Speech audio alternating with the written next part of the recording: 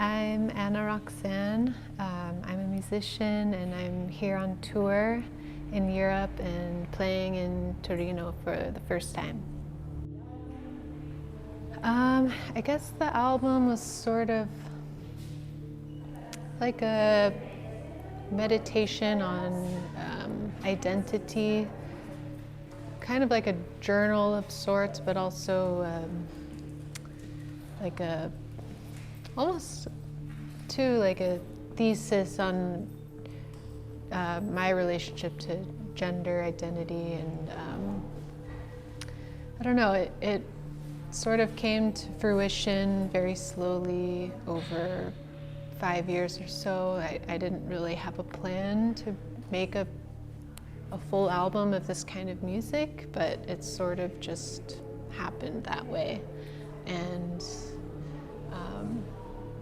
yeah, I'm really grateful that Cranky put it out, and I'm really happy with the response that it's gotten so far, even 2 years later. So.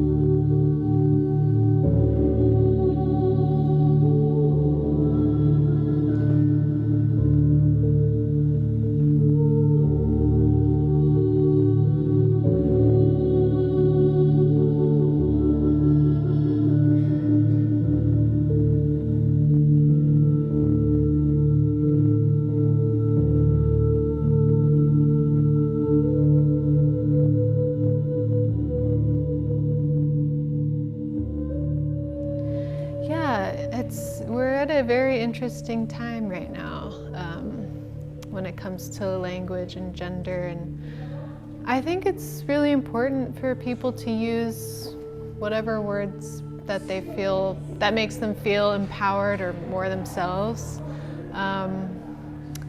It is hard, I think, maybe because it's still early on per se, to get everyone on board, but yeah, I think pronouns are a great way to introduce this sort of fluidity to like the general public, whereas I think for a while, maybe before social media took off, you know, the idea of pronouns were kind of more, this is my opinion, it was more in like a very specific circle of like educated people who had exposure to that kind of language. But yeah, I think it's good to talk about, and it's interesting to see, you know, there are different languages that have very delineated gender markers, and then there are some languages that have always had neutral markers. So yeah, it's an interesting time, and I think people should be able to use whatever words feel natural to them. Can I ask you about the Philippines? What about the Filipino language? Does it have a... Yeah, interestingly enough, it's Sha, and that's male or female, or that's he or she in Tagalog. So yeah, that's one example of a language that is already neutral. And I don't know, there are a lot of, from what I've seen, there's a lot of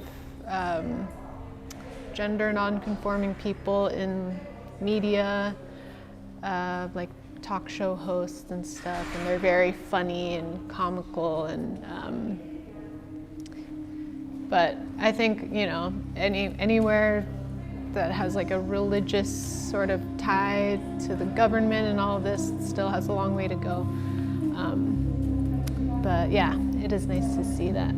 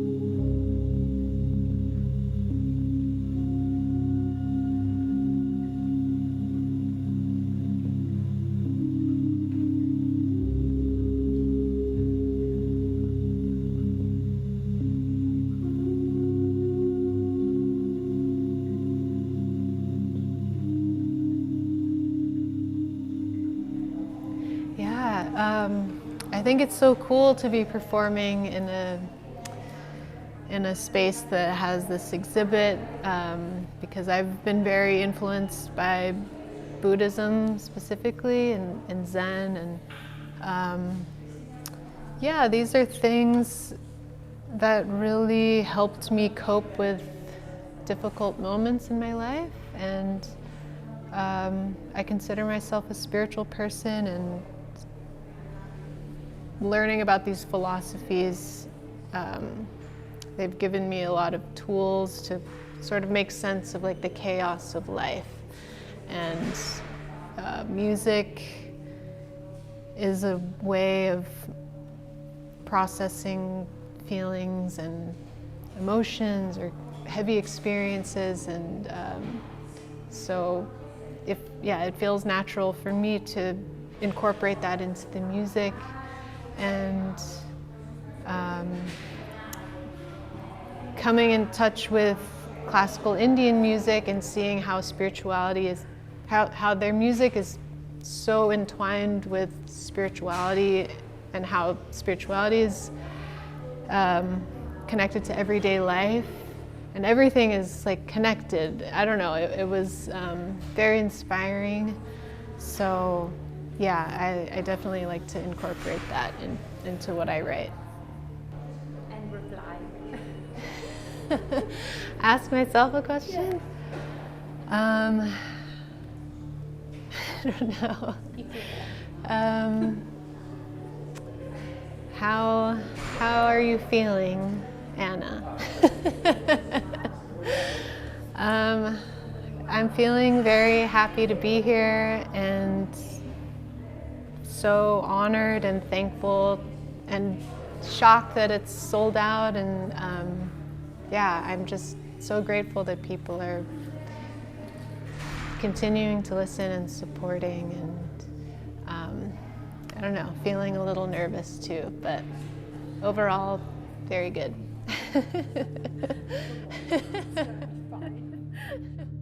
Oh my God, yes. I think this is common around people who perform, but my definite recurring dream is I'm on the stage, or I'm backstage, and all of the crew is behind me and they're like, it's your turn, like go, like it's your moment, go. And I have no idea what I'm supposed to do. Like I forgot my instruments, I forgot my lines or my songs, and I'm just like, and then it's like a full audience, they're just waiting, but like I have no idea what to do. So that's a recurring dream. Usually happens before a big performance or tour. I don't know. So I have a song that is named Slowness, and that was inspired by a book by Milan Kundera. And I don't know, I took a lot of passages from that book that were inspiring, and he talks a lot about slowness, obviously, as like a mode of being and a way of remembering. And I guess I've always felt like I'm a slower person compared to a lot of people, like the way I talk or my speed of walking, or I don't know. It's something that I've always felt self-conscious about because people like to make fun of me growing up. But as I've gotten older, I've started to realize like, oh, this is maybe a strength. Maybe I don't have to see it as something that is shameful or weird, that maybe it's a good way to counteract like the chaos and high speed of life. And yeah, I just found it to be an interesting concept from that book.